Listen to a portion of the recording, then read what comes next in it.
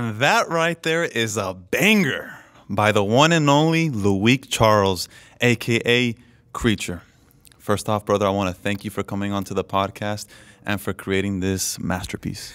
Thank you, brother. It's a pleasure being here.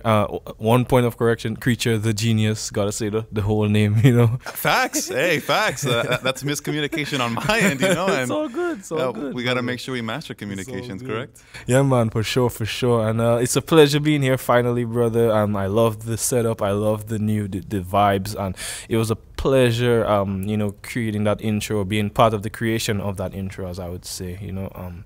Yeah, man, and thanks a lot for finally being able to have me on. It was a bit of hiccups getting to this point, but we're here, you know, we're here. 100%. We finally had to make it happen, man. Yeah, we had to. Before you leave to Dominica. Yes, sir. I'm leaving to Dominica pretty soon. Are you excited? I'm pretty excited, man. It's kind of bittersweet because, you know, I would have loved to remain, you know, in the US and you know, figure things out here, you know, launch my career in music and social work here. But, you know, God does things how he does things, and we just give thanks. We control what we can control, and we leave everything else up to him, you know. So 100%, man. As long as you keep going and you meet him in the middle, everything's gonna pay off, right? Amen, brother. I do apologize for that. Amen, brother. Amen. That's just it. That's just it right there. And I do want to congratulate you because you are officially the first blind student from Dominica to get their bachelor's degree in college. Dominica. And for those of you listening, that's not the DR. It's not the Dominican Republic. It is the Commonwealth of Dominica, which is an island located in the Caribbean. It's near like Guadeloupe, St. Lucia, Martinique, Grenada. It's part of those chain of islands. So it's quite far actually from the Dominican Republic, but I just want to make that clear distinction so you can do your Googles on Dominica and let us know what you think of the island. It's a great place to visit, by the way. Great place to be from. I gotta have to visit you one day. Yes, sir. You got to, man. It's gotta be on everyone's bucket list, man. I'm proud to be from there, man. Trust me. How was your upbringing in Dominica? Man, okay, so it was great, bro. It's like, so I did a lot of my elementary, or we call it primary school, I went to a Christian academy, so I went to the Berean Christian Academy. You know, I learned a lot about the Bible, about you know, positive things of life. They instill a lot of positive traits in us. You know, we did memory verses, all those things. And just apart from that, life was pretty simple. Like, you had family members around. You had, you know, if you needed something, you could kind of go next door, and you know, like, you know, if let's say you needed a cup of sugar, you're making a cake, you don't have that, you could possibly ask a neighbor. But it was kind of great upbringing. It was kind of community driven, family, neighborly, you know, that type of vibe. That's what it was back home growing up, you know. And everyone was helpful. Everyone would be, you know, very loving and kind. You know, that's how it was growing up back home. Yes, sir. So completely different from the United States. I wouldn't in a way, yes, and in a way, yeah. It was less like of everyone being for themselves, which of course, I mean, you kind of still have to be for yourself. You have to see your way, but there was more togetherness, I would say. And it was also different from the way the world is now. Like, things are a lot different now, you know, being after COVID kind of slowed us down again everywhere around the world. It slowed us down. It taught us that we need to think of people outside of ourselves. That's what COVID taught us, I believe. And so that was a worldwide lesson that we had to learn. We had become so consumed with self and like stuff like that. COVID kind of brought everyone back on a sort of a level playing field, as you will, you know? Absolutely. I mean, more than anything, that's when you really have to practice your communication. Definitely, because like we were all locked up, we were all, you know, on lockdown inside. Only people that around us, like those of us who lived with family or lived with significant others, like that's the only person you saw all day, every day. There was nothing else to do but to sharpen our communication. Like, what else could you do? You know, you couldn't just stay cool. And then a lot of people got very into themselves, into their own minds. But I think it actually opened up a lot of doors for the mental health conversation, the communication conversation, stuff like that. So it really helped in those ways. Absolutely. Well, more than anything, I think it's also important for us. I believe it's very important for us to think for ourselves. It is very important to think for ourselves.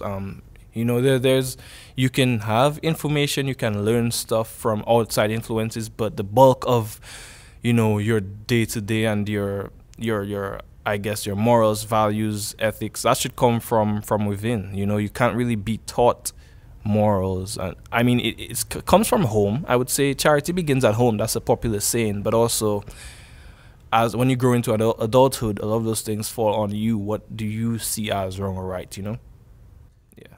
And I believe we do know what's right and wrong. Sometimes we choose to do what's right, and sometimes we do choose what's wrong. Yeah, exactly. I mean, God gave us free will, and we all exercise that free will in different ways. And, well, in what we see as different ways, but essentially it's all just free will. Like, you're not supposed to, for instance, run a red light. Let's just keep it simple. You're not supposed to run a red light, but depending on what you're doing, where you're going, whatever, you feel like it's right to do. Like, you're like, I'll just eat that, whatever it is. It's just running a red light, blah, blah, blah.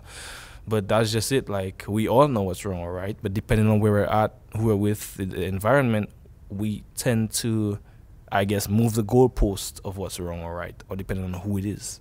That's what we do. That's fair enough, brother. So, going back to your childhood, where did you find your passion in music? Oh, man. What can I say? Ever since I was born, man. So I was born premature. I was not born blind, but my blindness occurred from birth. So I had a keen sense of hearing, of course, as you would well imagine. Yeah. And so, like, growing up, I always got musical gifts. Like, there's this one birthday I remember, like my 5th or 6th birthday, I got like a band set pretty much. So it came with like a microphone, a toy guitar, a trumpet, a couple other things, and and then my dad would always get me stuff like those small transistor radios that take like AA batteries and stuff with the small antenna, those pocket radios. I always got like one or two. I was like an old man as a kid, Always like the radio, always listening to the radio, because that's all we had. I didn't really have like cassettes and CDs like that. And then even growing up, by the time I wasn't buying them, like, because I would just go online, download it, burn it to a CD myself. Like, I wasn't really buying CDs like that, So my love for music started in childhood. It started from birth. My mom used to always tell this story of where she would have to sing certain local songs to me from this genre called bouillon back home. It's just kind of an upbeat genre, very fast paced, kind of like that.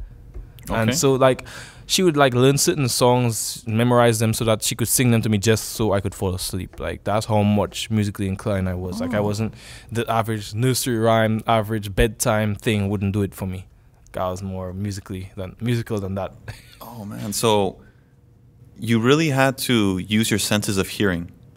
Yes, sir. Like, hearing was my main. Hearing and touch, I would say, I guess, was my main thing. Because I mean, and people usually say, oh, so like, I guess since you're blind, you can't, like, your hearing is stronger, right? Or your, whatever, your other senses are strong. I say, yes. No, I would not necessarily say that they're stronger. What I would say is that I depend on them more. So they're kind of sharpened through that way.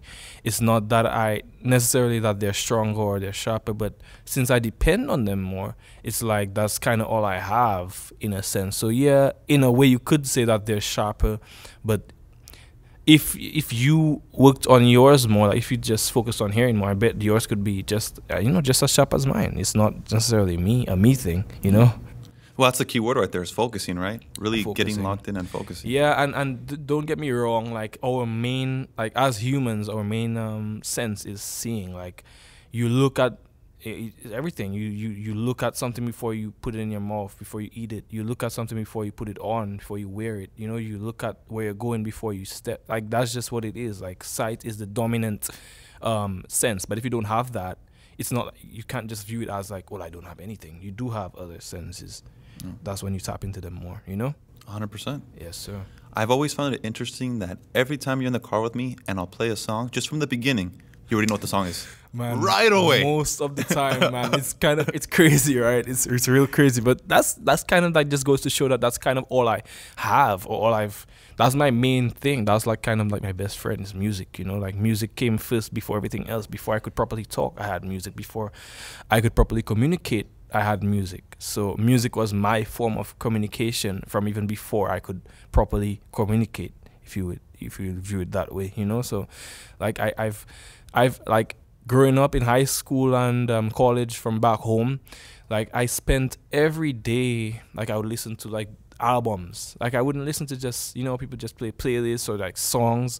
I would literally listen to albums of artists, like damn near their whole discography. That's how I would learn music, or not, I wouldn't say, just like consume music. You know, I would download by the discography and then I would listen to each album of an artist starting from the first. It doesn't matter if a song is not cool, I would barely ever skip songs. Like if I don't like it, I just probably won't listen again, but I would not skip it the first time. You know, I'd give it a shot because it's someone's creative child. It's their art, you know. So I have a question. Earlier you said that you would download the music into a CD and burn it, correct? Yeah, I would download it to my PC and then I would burn it onto a CD. Yeah. How? If you weren't able to see, how would you do that? Oh man, so I've been taught. I've been blessed to be, you know, taught using a computer literacy by a few people. Namely Miss Lisa Watty. That's my old teacher from back home. She taught me Braille. She taught me how to like kind of mobility skills using the cane. She used to help me with homework. And there's this other lady as well, Miss Sonia. I forgot her last name, but she also taught me. So these are the two people who kind of taught me the basics of using a computer, like typing, learning word processing, and the basic browsing. So that internet browsing. So I learned that, and then everything else beyond that I kind of taught myself. Like she wasn't gonna teach me how to download music. I remember I asked her one of the first times, Miss Watty. I remember I asked her like, "Hey, how do you download music to you?" She was like, "I'm not gonna. Sure, that's not what we're here for." So I have to learn that on my own, and that was back when I was like 12, 13 years old. So already breaking the laws at a young age, man, huh? exactly. SMH, like me. You know, but like, so I kind of learned that on my own, and I use a screen reader. It's a software that it's text to speech. So whatever's on the screen, it tells you what it is. There's different ones, but the one that I mainly use now, it's called NVDA, non-visual desktop access. And so I use that to navigate. Like it tells me everything that's here, and then I don't use the mouse because I can't see the cursor. Absolutely. So I use the keyboard, and that's how I navigate. Like I learned everything. Mainly, I taught myself everything else, like how to use iTunes, like you name it, Facebook, whatever it is. Like that wasn't gonna be taught to me. I learned it myself. Like it's just a matter of playing it. It's like when you get a new phone, right? You don't know how to use it. You just kind of browse around and move around and learn things on your own. What does this app do? What does that app do? It's kind of like that, you know. And then I'd use Google a lot, like read a lot. Like reading is very, very vital and essential. Like if you don't read and retain information on, it doesn't matter if it's not academic, it's just reading. Like you learn stuff, a lot of stuff by reading and listening. It's an action. Yes, sir. Reading and listening is like, that's the form of like how the world around us communicates to us. Because like if you can't read stuff around you, or you know, like I would say Braille was my introduction to reading, because obviously I couldn't use my eyes to read. So that's what opened my world into like the world of reading, and through that I was able to read a lot. In elementary school, primary school, I basically read over 400 books from the time I was in grade 2 to the time I graduated in grade 6. I read like over 400 books that they just had books donated. Each year they would get some fresh book. They would be like, "Oh, we have some fresh books for you to read." Now just be all through the year. I'd be reading more than I did homework and anything else really. Like I'd just read a lot. I loved reading. So yeah. Reading's a strong factor. And you know, you are right. That's how humans are able to share history, right? Is through reading, writing, research. Yeah, like a lot of history is passed down through generations through reading transcripts, you know.